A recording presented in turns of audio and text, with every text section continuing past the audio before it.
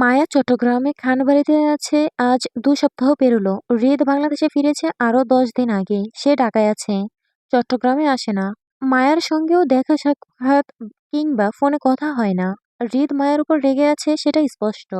মায়াও ঢাকার হৃদের কাছে ফিরে যেতে ভয় পাচ্ছে। ভয় পাচ্ছে যদি হৃদ মায়াকে একা পেয়ে আবারও রেগে যায়, তাই। লাস্টবার দুজনের সময়টা ভালো ছিল না। মায়া দুই পরিবারের কথা ভেবে হৃদকে আনুষ্ঠানিক বিয়ে করতে গিয়ে এত ঝামেলা হয়েছে। এখন হৃদ সরাসরি আনুষ্ঠানিক বিয়ের জন্য নাকচ করে বসে আছে। হৃদকে রাজি করার সাধ্য এবার সুফিয়া খানেরও হচ্ছে না। হৃদ একবার কোনো কাজে না করে বসলে তাকে দিয়ে সেই কাজ করানোটা কঠিন।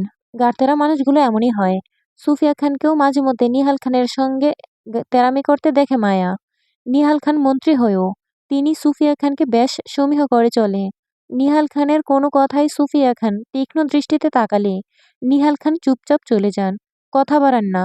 মায়া বুঝে নিহাল খান আর সুফিয়া খানের মধ্যে সম্পর্কটা এখনো ঠিক হয়নি। হয়তো পরিবারের চাওয়ায় সুফিয়া খান নিহাল খানের ঘরে থাকছেন, তবে জেদি সুফিয়া খান এখনো বিগত ১৫ বছরের বিচ্ছেদে নিহাল খানকে ক্ষমা করেননি। মায়া মাঝে মধ্যে খুব ভাবে, নিহাল খান কত ভালো মানুষ, অথচ বউ রাগী, জেদি আর গাড়তেরা পেলেন। মায়াও কত ভালো, সহজ সরল, অথচ স্বামী পেল আগুনের গোলা। কিছু বলার আগেই চেত করে ওঠে, মাথা গরম হয়ে যায়। মায়াদের মতো সহজ সরল মানুষগুলোর কপালেই কেমন আগুন আগুন মানুষগুলো জুটে গেল। মায়া তো তাও স্বামীর সঙ্গে না পারলে শাশুড়ির আশ্রয় নেয়, কিন্তু বেচারা মায়ার শ্বশুর তাও করতে পারেন না। সবই কপাল। বজ্জাত মানুষগুলো কপালে ভালো মানুষ জুটে গেছে। নিহাল খান রাদিফকে নিয়ে পার্টি অফিসে গেছেন, আরাফ খান হেনা খানকে নিয়ে বাড়িতে আছেন। মায়া সুফিয়া খানের সঙ্গে বেরিয়েছিল ১২টার দিকে। সুফিয়া খান মায়াকে বাড়িতে বসিয়ে প্রথমে চট্টগ্রাম কোর্টে যান। সেখানে কাজ শেষ করে মায়াকে নিয়ে শপিং মলে ঢোকেন। সুফিয়া খান, মায়া, আরাফ খান, হেনা খান, রাদিফ, নিহাল খান ও পরিবারের বাকি সদস্যদের জন্য প্রয়োজনীয় শপিং শেষ করে মল থেকে বেরোতে রাত প্রায় ১১টার ঘরে। অসময়ে সুফিয়া খান রাস্তায় গাড়ি থামিয়ে ড্রাইভারকে দিয়ে রেস্টুরেন্ট থেকে খাবার আনালেন। মায়া বেশিক্ষণ না খেয়ে থাকতে পারে না। ঘন ঘন খাওয়ার অভ্যাস মায়ার আছে, কিন্তু আজকে শপিং মলে সুফিয়া খান কেনাকাটার ব্যস্ত থাকায় মায়া দুপুরে না খেয়ে থাকায় তিনি ড্রাইভারকে দিয়ে মায়ার জন্য খাবার আনান। মায়াকে গাড়িতে খেয়ে নিতে বলতে ড্রাইভার গাড়ি স্টার্ট করলো। অন্ধকার রাত, কালো আকাশে চাঁদ নেই, তবে অসংখ্য তারা দেখা যাচ্ছে। রাস্তার দুপাশে হলুদ ল্যাম্পপোস্টের আলোয় গাড়ি যাতায়াত করছে। বেশ কিছুক্ষণ যাওয়ার পরই হঠাৎ সুফিয়া খানের গাড়িটা বন্ধ হয়ে যায়। ইঞ্জিনে ধোঁয়া বেরোতে সুফিয়া খান পিছনের সিট থেকে কপাল কুঁচকে ড্রাইভারকে বললেন, কি সমস্যা? গাড়ি বন্ধ হলো কেন তুহিন? তুহিনের বয়স রাদিফের বয়সে হবে। পড়াশোনা করে শিক্ষিত না হলেও সে 7 পাস ছেলে। শহরে থেকে চাকরি করতে করতে শুদ্ধ ভাষাটা আয়ত্ত করেছে। তুহিন ভয়ে জড়সড় হয়ে পিছনে তাকিয়ে সুফিয়া খানকে বলল, সঠিক বলতে পারবো না ম্যাডাম, তবে মনে হয় গাড়ির ইঞ্জিন পুড়ে গেছে। ইঞ্জিন থেকে ধোঁয়া বের হচ্ছে। সুফিয়া খানের সুন্দর মুখটা বিরক্তিতে ছেয়ে গেল তুহিনের কথায়। ইঞ্জিন থেকে ধোঁয়া বের হচ্ছে মানে ইঞ্জিন পুড়ে গেছে? পুরা ইঞ্জিনে গাড়ি চলবে না। এত রাতে গাড়ি ছাড়া নির্জন রাস্তায় দাঁড়িয়ে থাকবে ওনারা? সুফিয়া খান মেজাজে শক্ত গলায় তুহিনকে দমকে বললেন, গাড়ি বের করার সময় চোখ কই রাখিস বেয়াদব? গাড়ি চেক করতে পারিস না? Sorry madam. সুফিয়া খান বিরক্তিতে চোয়াল শক্ত করলেন। তুহিনকে বললেন, রাদিফকে ফোন করে বল গাড়ি পাঠাতে। জি ম্যাডাম, এখনই বলছি। তুহিন সিট বেল্ট খুলে গাড়ি থেকে বেরিয়ে গেল। গাড়ি হুট খুলতেই দোয়া ছেড়ে গেল। তুহিন মুখ ঘুরিয়ে খ্যাঁক খ্যাঁক করে কাশতে লাগলো। পকেট থেকে রুমাল বের করে মুখ চেপে ধরলো। চাঁদবিহীন অন্ধকার রাতে নেউলে কুকুর ঘেউ ঘেউ করে ডাকছে। মাঝে মধ্যে দু একটা গাড়ি চলাচল করছে জনমানবহীন রাস্তায়। চওড়া রাস্তায় আশেপাশে দোকানপাট নেই। কয়েকটা বড় বড় বিল্ডিং আছে দূর দূরান্তে দেখা যাচ্ছে। রাস্তার দুপাশে ল্যাম্পপোস্টার হলুদ আলোয় আলোকিত। তুহিন রুমালে মুখ চেপে পকেট হতে বাটন ফোনটি বের করে ছোট স্যার নামক সেভ করা নামটিতে কল মেলাতে গিয়ে শুনতে পেল ফোনের মহিলাটি একবার বাংলায় ও একবার ইংরেজিতে তাকে সংকেত দিচ্ছে ফোনে ব্যালেন্স নেই বলে। তুহিনের ফোনের ব্যালেন্স কালই শেষ হয়ে গিয়েছিল। টাকা লুট করবে করবে ভেবেও মনে ছিল না ফোন রিচার্জ করতে। এখন এই কথাটা সুফিয়া খানকে বলতে তুহিন ভয় পাচ্ছে।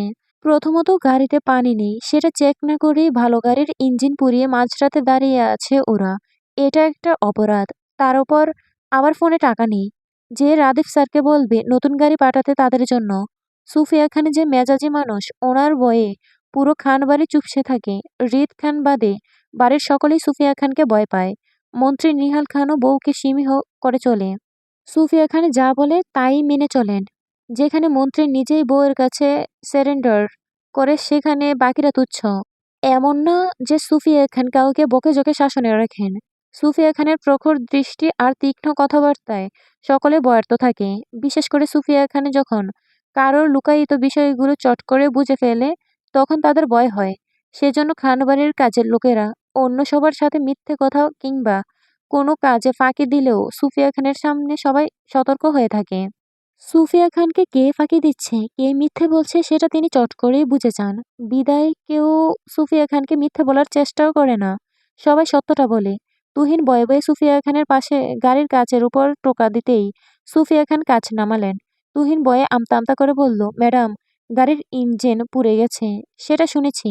এক কথা বারবার রিপিট করে মেজাজ খারাপ করিস না। রাদিফকে ফোন দে, বল গাড়ি পাঠাতে।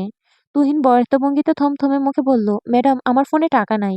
এই মুহূর্তে তুহিনের এই কথাটা বিরক্ত লাগলো। সুফিয়া খানের রাগী মুখটা বিরক্তিতে ছেয়ে গেল। তিনি বিরক্তির দৃষ্টি তুহিনের দিকে তাকাতেই তুহিন তৎক্ষণাৎ ভঙ্গিতে বলল, sorry madam. Shut up idiot. Yes madam. Get out. জি ম্যাডাম। তুহিনের ম্যাডাম ম্যাডাম কথায় মায়া পাশ থেকে ফিক করে হেসে ফেলল। গাড়িতে বসে সুফিয়া খানের কিনে দেওয়া ফ্রেঞ্চ ফ্রাই চিবুচ্ছিল মায়া। গাড়ির ইঞ্জিন পুড়েছে সেটা ও শুনেছে। তবে সেই বিষয়ে চিন্তিত নয়। যেখানে চতুর শাশুড়ি আছে সেখানে মায়ার অত চাপ নেওয়ার দরকার নেই। মায়ার স্বামী আর শাশুড়ি দজ্জাল হলেও তাদের সাথে থাকাকালীন কোনো বিপদ হলে মায়ার কোনো ব্রেন খরচ করে বুদ্ধি বের করতে হয় না। দেখা যায় মায়ার বুদ্ধি বের করতে করতে তারা বিপদের সমাধান করে ফেলবে। এই একটা বিষয়ের জন্য মায়ার এক্সপার্ট স্বামী আর শাশুড়িকে ভালো লাগে। দাজ্জাল হলেও কাজের মানুষ তারা। মায়ার হাসিতে সুফিয়া খান মায়ার দিকে বিরক্তি চোখে তাকাতেই মায়া চুপসে গেল। ফ্রেঞ্চ ফ্রাই মুখে দিয়ে পাশ ফিরে গেল হাসি আটকাতে। সুফিয়া খান নিজের ব্যাগ হাতে ফোন নিয়ে রাদিফকে কল করতে গেলে দেখলো ফোনটা বন্ধ। সারাদিনের ব্যস্ততায় ওনার ফোনটা বিকেলেই বন্ধ হয়ে গিয়েছে। সেজন্য তুহিনকে বলেছিলেন কল করতে। সুফিয়া খান বিরক্তি বাড়ে মায়াকে বলল, তোমার ফোনটা কই দাও। মায়া পাশ ফিরে সুফিয়া খানকে বলল, আমি ফোন আনিনি আম্মু, বাসায় রেখে এসেছিলাম। সুফিয়া খান বিরক্তি নিয়ে গাড়ি থেকে বেরিয়ে গেলেন।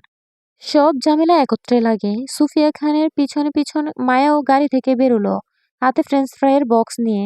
তুহিন গাড়ির হুড খুলে ইঞ্জিনের সামনে দাঁড়িয়ে। রাত তখন 12টা পেরিয়ে, মাঝ রাস্তায়, মধ্যরাতে। সুফিয়া খান আর মায়াকে একাকী রেখে গ্যারেজ খুঁজতে যেতে ভয় পাচ্ছে তুহিন। সেজন্য সেও সুফিয়া খানের সঙ্গে রাস্তায় দাঁড়িয়ে কোনো গাড়ির থেকে সাহায্য নেওয়ার চিন্তা করছে। সুফিয়া খান অন্ধকারের রাস্তায় আশপাশটা পর্যবেক্ষণ করলো। এই রাস্তাটা নির্জন, জনমানবহীন। এই রাস্তাটা নির্জন, জনমানবহীন। তার মানে এখানে বেশিক্ষণ দাঁড়িয়ে থাকা নিরাপদ নয়। সুফিয়া খান কিছু ভাবলেন। তুহিনকে বলল, আশেপাশে কোথাও গ্যারেজ আছে কিনা গিয়ে খোঁজ করে যাও। সুফিয়া খানের আদেশে তুহিনকে নড়তে না দেখে সুফিয়া খান রেগে গেলেন তুহিনের গাফুলতি দেখে। তিনি তুহিনকে ধমকে বললেন, কিছু বলেছি কানে যাচ্ছে না তোর, নাকি বয়রা হয়ে গেছিস? ম্যাডাম, আপনাদের এত রাতে নির্জন রাস্তায় একা রেখে যাওয়াটা ঠিক হবে না। সেজন্য তুহিনকে কিছু না বলতে দিয়ে সুফিয়া খান বলল, যা সমস্যা ফেলার সেটা করে ফেলেছিস। এখন আলগা পেরিত না দেখিয়ে গ্যারেজ কোথায় আছে সেটা খুঁজতে যা। গো। জি ম্যাডাম। সুফিয়া খানের ধমকে তুহিন না চাইতেও সে গ্যারেজের খোঁজে বেরিয়ে গেল। মায়া সুফিয়া খানের সঙ্গে গাড়িতে পিঠ ঠেকিয়ে সে তখনও ফ্রেঞ্চ ফ্রাই চিবুচ্ছে। সুফিয়া খান মায়ার পাশ থেকে সরে গাড়ির ইঞ্জিনের সামনে ঝুঁকে পড়লেন। গাড়ির ইঞ্জিনটা কেন পুড়েছে তিনি সেটা দেখছেন।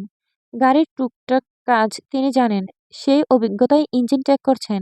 মিনিট 20-এর মধ্যে মায়া হঠাৎ বয়ার্ত ডাক শুনে সুফিয়া খান গাড়ির ইঞ্জিন থেকে মুখ তুলে উঁকি মারতেই দেখলেন 3টে হালকা পাতলা গঠনের ছেলে মায়াকে ঘিরে দাঁড়িয়ে উত্ত্যক্ত করছে। মায়া ভয়ে গাড়ির সঙ্গে সেটিয়ে সুফিয়া খানকে বারবার ডাকছে। ছেলেগুলো মায়াকে বেরোনোর রাস্তা দিচ্ছে না। সুফিয়া খান বিরক্তিতে বললেন, কি রে ভাই, কি সমস্যা? এই পথ ছাড় ওর, আসতে দে। হই হই করে কালো লম্বাটে চেহারার একটা ছেলে বলল, কেন পথ ছাড়ুম? আপনার মাইয়া অহন আমাগর। আমরা আগে আপনার মাইয়ারে জামাইয়ের আদর সোহাগ কর্ম, এরপর মাইয়া ফেরত পাইবেন শাশুড়ি আম্মা। সুফিয়া খান কোমর সোজা করে উঠে দাঁড়ালেন। নির্জন রাস্তায় দুটো মেয়ে মানুষ ভেবে বকাটে ছেলেগুলো উৎপাত করছে। ইঞ্জিনে হাত দেওয়ায় সুফিয়া খানের হাতে কালি লেগেছে, তারপরেও তিনি দু হাত ধুলো পরিষ্কার করার মতো তালি দিতে দিতে বললেন, শাশুড়ি আম্মা যখন ডেকেছিস তাহলে কাছে আয়, জামাই আদর করি। মেয়েকে গটা করে তাদের হাতে সঁপে দেব, আয়। সুফিয়া খানের হেয়ালি কথায় ছেলেগুলো মজা পেল। দুটো মেয়ে মানুষ একা রাস্তায় তিনটে ছেলের সাথে পারবে না, এটা বকাটে ছেলেদের ধারণা। শফিক, পলাশ, শ্যামল, তিনটে ছেলের নাম। শফিক পাটকাঠির মতো লম্বা, পলাশ শ্যামল সুফিয়া খানের চেয়েও অনেকটা খাটো, সুফিয়া খানের থুতনি বরাবর দুজন। গাঁজাখোর নেশায় আসক্ত ছেলেগুলোর চোখ মুখ দেখেই বোঝা যাচ্ছে। মায়া ভয়ে কাঁপছে। শফিক মায়ার এক হাত চেপে ধরে রেখেছে। পলাশ লোবাতুর দৃষ্টিতে মায়াকে বারবার ছোঁয়ার চেষ্টা করছে, আর মায়া বারবার পলাশের হাত জাঁকিয়ে ফেলে দিচ্ছে। শ্যামল সুফিয়া খানের সঙ্গে কথা বলছে। শফিক খ্যাক করে বলল, ওই বুইড়া মাগিরেও লইয়া লো শ্যামল্যা, দুইটাই খাসমাল। রাতে মেলা মজা হইব মা মেয়েরে দিয়া। কথাটা এমনভাবে বলল যেন দোকান থেকে কিছু কিনে আনার জন্য আদেশ করছে শফিক। মায়া এবার ভয়ে কেঁদে দিবে প্রায়। সুফিয়া খানের শফিকের কথায় মজা পেলেন। তিনি বললেন, এই শুটকির মতন শরীর নিয়ে তো মাকেই সামলাতে পারবি না, মেয়েকে নিয়ে কখন মজা করবি জামাই বাবাজি? শফিক, পলাশ, শ্যামল নেশা করতে করতে শরীরে হাড্ডি ছাড়া শুধু মাংসের চামড়াটা রয়েছে। সুফিয়া খান যে ওদের অপমান করছেন সেটা বুঝতে পেরেই শফিক খ্যাক করে বলল, এ শ্যামুল্লা, ওই বুইড়া মাগিরে আগে লইয়া এলো। মাগি আমাগরে অপমান করছে না, এ তীরে বুঝামো আমাগর শরীরে কত জ্বালা। শ্যামল রাগে বেশ তেজ দেখিয়ে সুফিয়া খানের দিকে গজগজ করে এগুতেই সুফিয়া খান দক্ষ হাতে চট করে শ্যামলের গাড় চেপে ধরে পোড়া ইঞ্জিনের ভিতর মুখ ঢুকিয়ে গাড়ির হুড দিয়ে চাপা মারতেই গগন কাঁপিয়ে চিৎকার করে দাপাতে লাগলো শ্যামল ছেলেটি। গরম গরম ইঞ্জিনের কারণে মুখ পুড়ে যাচ্ছে ওর, কিন্তু উঠতে পারছে না সে। সুফিয়া খান গাড়ির হুড চেপে ধরায় মুহূর্তে কি হলো বুঝতে সময় নিল শফিক ও পলাশের। ওরা দেখছে শ্যামল ছুটে গেছে বয়স্ক মহিলাটিকে ধরতে, অথচ তারপর চোখের পলকেই শ্যামলকে ইঞ্জিনের ভিতরে মুখ ঢুকিয়ে দেওয়াটা দেখে শফিক আগুন হয়ে মায়ের হাত ছেড়ে ঘুষি তুলে চিৎকার করলো, ওই মাগির বাচ্চা, তুই আজকে শেষ। শফিক ঘুষি নিয়ে দৌড়ে গেল সুফিয়া খানের দিকে। শফিকের পিছনে পলাশ গেল। দুটো পুরুষ একটি মহিলাকে সহজে কাবু করতে পারবে। সুফিয়া খান একজন ক্যারাটেশিয়ান।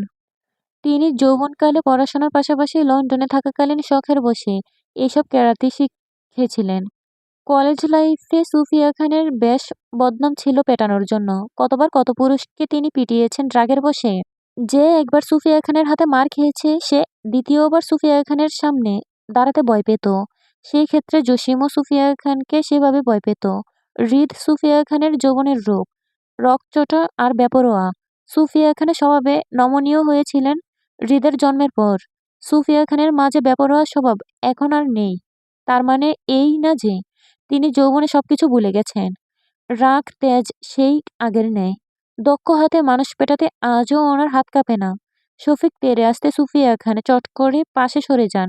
শফিক ঘুষি নিয়ে ঘুরতে ঘুরতে সুফিয়া খানের মুহূর্তেই শফিকের গাড় চেপে সজোরে গাড়ির কাচের ওপর আছাড় মেরে মাথা ঢুকিয়ে দেয়।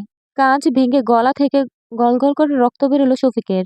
শফিকও গলা কাটা মুরগির ন্যায় গাড়ির কাছে আটকে চিৎকার করলো। মায়া দুটো ছেলের একত্রে সুফিয়া খানের উপর হামলে পড়তে দেখে সে তৎক্ষণাৎ রাস্তা থেকে ইট কুড়িয়ে ডিল মারতে গেলে দেখলো শফিকের মাথা ঢুকে গেছে কাচের ভিতরে। সাদা গাড়িতে রক্ত দেখে মায়া ভয় পেল। পলাশকে সুফিয়া খানের উপর হামলা করতে দেখে সে মুহূর্তেই হাতের ইট ছুঁড়ে মারতে সে ইটের টুকরো পলাশের মাথায় ছুঁড়ে সুফিয়া খানের ডান হাতের কবজিতে পড়তেই ব্যথায় নাক মুখ কুঁচকে হাত জাগালো সুফিয়া খান। মায়া ভয়ে মুখে হাত দিল। পলাশের মাথা ফেটেছে আংশিক। সে শ্যামল আর শফিকের অবস্থা দেখে ভয়ে দৌড়ে পালিয়ে যেতেই মায়া সুফিয়া খানের দিকে দৌড়ে এসে হাত চেপে ধরতেই সুফিয়া খান মায়ের থেকে রক্তাক্ত হাতটা জাঁকিয়ে সরিয়ে নিয়ে বললেন, গাড়িতে গিয়ে বসো, আমি না বলা অবধি বেরোবে না, যাও। আমি আপনাকে ছেড়ে যাব না আম্মু, যদি আবার কেউ আসে আমার চিন্তা করতে হবে না, গাড়িতে বসো যাও। আম্মু, গো। সুফিয়া খানের ধমকে মায়া গাড়ির ভিতরে বসলো। সুফিয়া খানের রক্তাক্ত হাতটা ফের জাগালেন বিরক্তিতে। আশেপাশে মানুষ নেই। শফিক তখনও গাড়ির কাছে গলা আটকে চিৎকার করছে। শ্যামল ইঞ্জিনের থেকে মাথা ছাড়িয়ে রাস্তায় পড়েছিল প্রথমে, এখন জান নিয়ে পালাচ্ছে চিৎকার করে। শফিকের চিৎকারে মাথা ধরেছে বলে সুফিয়া খান শফিককে ছাড়লেন গাড়ির কাছ থেকে। গলার রক্তে শরীর লাল হয়ে গেছে। ছাড়া পেয়ে শফিকও গলা ধরে চিৎকার করে পালালো। আর মিনিট ৩০ পর তুহিন আসলো একজন গ্যারেজ মিস্ত্রিকে নিয়ে। গাড়িতে রক্ত, রাস্তায় রক্ত ছিটা, সুফিয়া খানের হাতের রক্ত, আবার গাড়ির কাঁচ ভাঙা দেখে তুহিন অবাক হয়ে সুফিয়া খানকে কিছু বলতে গেলেও সুফিয়া খানের শক্ত চোয়াল দেখে তুহিন চুপ করে যায়, কিছুটা আন্দাজ করে নিয়ে। তুহিনের ধারণা এখানে কেউ এসেছিল যাদের সাথে সুফিয়া খানের ঝামেলা হয়েছে। এই কথাটা এখন তুহিন সুফিয়া খানকে প্রশ্ন করতে চাইলে তুহিনের কপালে দুঃখ আছে। রাত তখন ১টা পেরোলো। হঠাৎই হৃদের গাড়িটা দেখা যায়। হৃদ যে সুফিয়া খানদের খোঁজে এসেছে সেটা হৃদের বাকভঙ্গিতে দেখেই বোঝা গেল। সাথে কেউ নেই, হৃদ একা ড্রাইভিং করে এসেছে সুফিয়া খানের গাড়ির সামনে। হৃদ গাড়ি থামিয়ে বেরিয়ে বলল, গাড়িতে উঠুন। হৃদ মায়াকে ভালো মন্দের কোনো প্রশ্ন করল না। সে চতুর মানুষ। খান বাড়িতে মায়ের অনুপস্থিতি আর মাঝ রাস্তায় গাড়ি দাঁড় করিয়ে মিস্ত্রি নিয়ে তুহিনের গাড়ি ঠিক করার ব্যাপারটাই হৃদ চট করে বুঝে গেল। সুফিয়া খানের ফেরার পথে গাড়ি নষ্ট হয়ে যাওয়ায় তারা মাঝ রাস্তায় আটকে গেছে। হৃদ চট্টগ্রামে ফিরেছে রাত ১০টায়। এখন রাত ১টা ২৩। এতটা সময় সুফিয়া খান আর মায়ার অনুপস্থিতিতে বুঝে হৃদ বাড়ি থেকে বেরিয়েছে মায়ের খোঁজে। কপাল ভালো হওয়ায় রাস্তায় পেয়েও গেল। সুফিয়া খান হৃদকে বাসার পোশাকে দেখে কপাল কুঁচকে বললেন, তুমি চট্টগ্রামে এসেছো কখন? হৃদ মায়ের প্রশ্নের উত্তর না দিয়ে পাল্টা প্রশ্ন করে বলল, এখানে কিছু হয়েছিল? সুফিয়া খান সম্মতি দিয়ে বলল, হ্যাঁ, কিছু বখাটে মায়াকে উত্ত্যক্ত করেছিল, তাই ছোটখাটো ঝামেলা হয়েছে। মায়ের কথায় হৃদ আশেপাশে তাকিয়ে মায়ের খোঁজ করতে দেখল গাড়ির ভিতর থেকে মায়া ড্যাব ড্যাব করে হৃদের দিকে তাকিয়ে আছে। মায়া যে হৃদের উপস্থিতিতে অবাক হয়েছে সেটা মায়ের চোখ মুখ দেখেই বোঝা যাচ্ছে। হৃদ সুফিয়া খানকে বেশ গম্ভীর স্বরে বলল, গাড়িতে ওঠো। মায়া, আয়। সুফিয়া খান হাতের ইশারায় মায়াকে ডাকতেই মায়া গাড়ি থেকে বেরিয়ে আসলো। হৃদ মায়ের কাটা হাতটা লক্ষ্য করলো। আশেপাশে তাকিয়ে ল্যাম্প পোস্টের পাশে সিসি ক্যামেরাটাও দেখে নিল। এই ক্যামেরায় নিশ্চয়ই বখাটে ছেলেগুলোর ছবি থাকবে, যেটা হৃদের চাই। অন্যমনস্ক হৃদ যখন সিসি ক্যামেরায় পর্যবেক্ষণ করছিল তখন মায়া হৃদের শরীর ঘেঁষে গিয়ে বসলো সুফিয়া খানের পাশে। হৃদের পেটে মায়ার শরীরের স্পর্শ পেতেই হৃদ তীক্ষ্ণ দৃষ্টিতে মায়ের দিকে এক পলক তাকিয়ে গাড়িতে উঠে বসলো। তুহিনকে উদ্দেশ্য করে বলল, গাড়িটা গ্যারেজে রেখে আসবি। ঠিক হলে আমাদের লোক এসে নিয়ে যাবে, বুঝেছিস? জি স্যার। হৃদের গাড়িটা খানবাড়িতে পৌঁছাতেই মায়া সুফিয়া খানের পিছন পিছন বসার ঘরে এসে বসলো। সুফিয়া খানের হাতে ব্যান্ডেজ। হৃদ আসার সময় সুফিয়া খানকে হসপিটাল থেকে ব্যান্ডেজ করিয়ে নিয়ে এসেছে। সুফিয়া খানের গায়ে জামদানি শাড়ি, কাঁধে বাজ করে পরা। কলাপাতা রঙের জামদানি শাড়িতে রক্তের ছিটা আছে। অসময়ে তিনি গোসল করবেন বলে রুমে চলে গেলেন। গোসল করে হৃদের খাবারের ব্যবস্থা করবেন। সুফিয়া খানে চলে যেতে মায়া রান্নাঘরে গেল। হৃদ খেয়েছে কিনা কাজের মেয়ে মালা থেকে জিজ্ঞেস করে নিল। হৃদ খায়নি। এত রাত অবধি কেন হৃদ খায়নি মায়া তা জানে না। মায়া মালা থেকে জেনে নিল হৃদ কখন বাড়িতে এসেছে সেটা। মালা জানালো হৃদ ১০টায় খানবাড়িতে ফিরলেও কফি ছাড়া তেমন কিছু খায়নি। মায়া গায়ের ওড়নাটা কোমরে বেঁধে হৃদের জন্য রুটি বানানোর প্রস্তুতি নিল। হৃদ সাধারণত রাতে রুটি ছাড়া তেমন কিছু খায় না, সুগারের সমস্যা থাকায়। মায়া রুটি বানাতে বানাতে হৃদকে নিজের ঘরে যেতে দেখলো। মায়া চট্টগ্রামে আসার পর থেকে হৃদের ঘরেই থাকছে। স্বামীর ঘরে বউ থাকবে সেটাই স্বাভাবিক, তবে আজ মায়া হৃদের ঘরে জায়গা পাবে কিনা সেটাও বড় কথা। মায়া সময় নিয়ে হৃদের জন্য রুটি বানালো।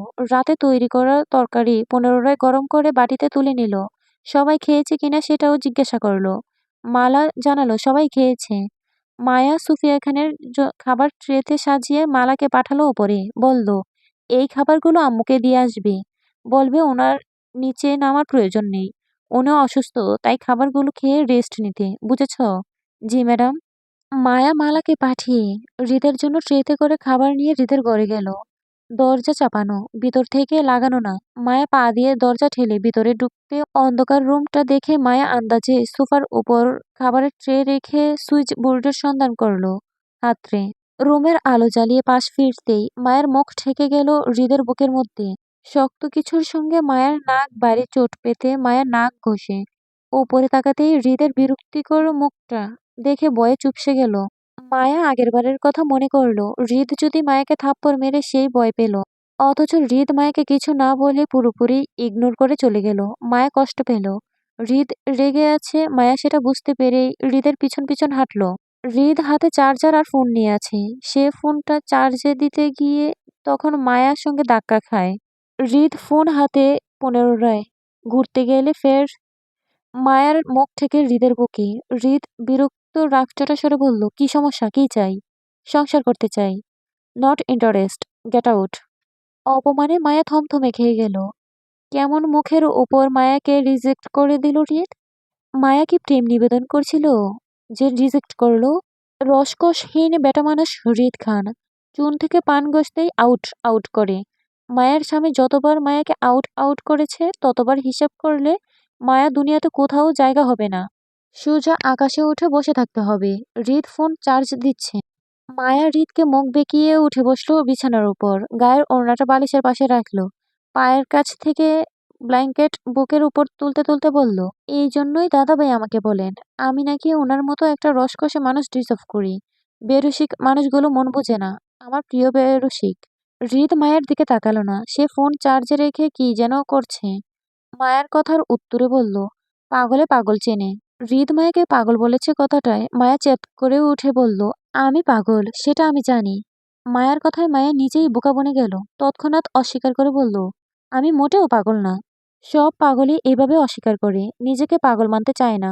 মায়া হৃদের সঙ্গে কথা পেরে উঠবে না মায়া জানে। তাই মায়া প্রসঙ্গ পাল্টে হৃদকে খুঁচিয়ে বলল, দাদাভাই বলেছে আমার 3টে বিয়ে হয়েছে তো কি হয়েছে? আমাকে ওনার মতো একটা রসিক মানুষ দেখে আরো একটা বিয়ে দেবেন। ছেলেদের 4টে বিয়ের নিয়ম আছে, কিন্তু মেয়েদের তো বিয়ের লিমিট নেই, আনলিমিটেড। একটা ছেড়ে আরেকটা করো। মায়ের ফাজলামো কথায় হৃদ দাঁতে দাঁত পিষল। চোয়াল শক্ত করে মায়ের দিকে তাকিয়ে বলল, আউট। মায়া হৃদকে পাত্তা দিল না, বরং একইভাবে বলল, কিসের আউট? হ্যাঁ, আমি কি আপনার ঘরে থাকি নাকি যে আউট হব? আমি শ্বশুরের ঘরে শাশুড়ির ছেলেকে নিয়ে থাকি। শাশুড়ির ছেলে আমার দলিল করা সম্পত্তি। আর সম্পত্তি কেউ হাতছাড়া করে না, বুঝেছেন? কথাটা বলেই মায়া চট করে ব্ল্যাঙ্কেট মুড়িয়ে শুয়ে পড়ল। মায়া ব্ল্যাঙ্কেট নিচে হৃদের রাগের আবাস করতে পারল। সময় যখন সেকেন্ড থেকে মিনিট পেরিয়ে প্রায় ঘন্টার কাছাকাছি, তখন মায়া ব্ল্যাঙ্কেটের নিচ থেকে উঁকি মেরে দেখলো হৃদ সোফায় বসে মায়ের আনা খাবার খাচ্ছে। খাবার প্রায় শেষের দিকে। এক্ষুনি খাওয়া দাওয়া শেষ করে হৃদ নিশ্চয়ই বিছানায় শুতে আসবে। মায়া ঘুমের বান্দরে শুয়ে রইল। হৃদ যখন বিছানায় আসবে তখন ঘুমের বান্দরে নড়ে চড়ে হৃদের বুকে ঠাঁই করে নিবে। মায়া ভাবনা অনুযায়ী অধীর আগ্রহে হৃদের অপেক্ষা করতে করতে সে নিজেই একটা সময়ের পর ঘুমিয়ে গেল হৃদের বিছানায় আসার আগেই। হৃদ কখন বিছানায় এসেছে মায়ার জানা নেই। তবে মায়ার মনে চাওয়া হৃদ পূরণ করেছে। ঘুমন্ত মায়া সারা রাতে হৃদের বুকে ঠাঁই পেয়েছে। আরাম করে হৃদের বুকে ঘুমিয়েছে। কিন্তু সকালে মায়া ঘুম থেকে ওঠার আগেই হৃদ মায়াকে নিজে থেকে সরিয়ে দেয় এবং মাঝে লম্বা একটা বালিশ রাখে, যেন মায়া ঘুম থেকে উঠে বুঝে সে রাতে হৃদের কাছে ঠাঁই পায়নি সেটা।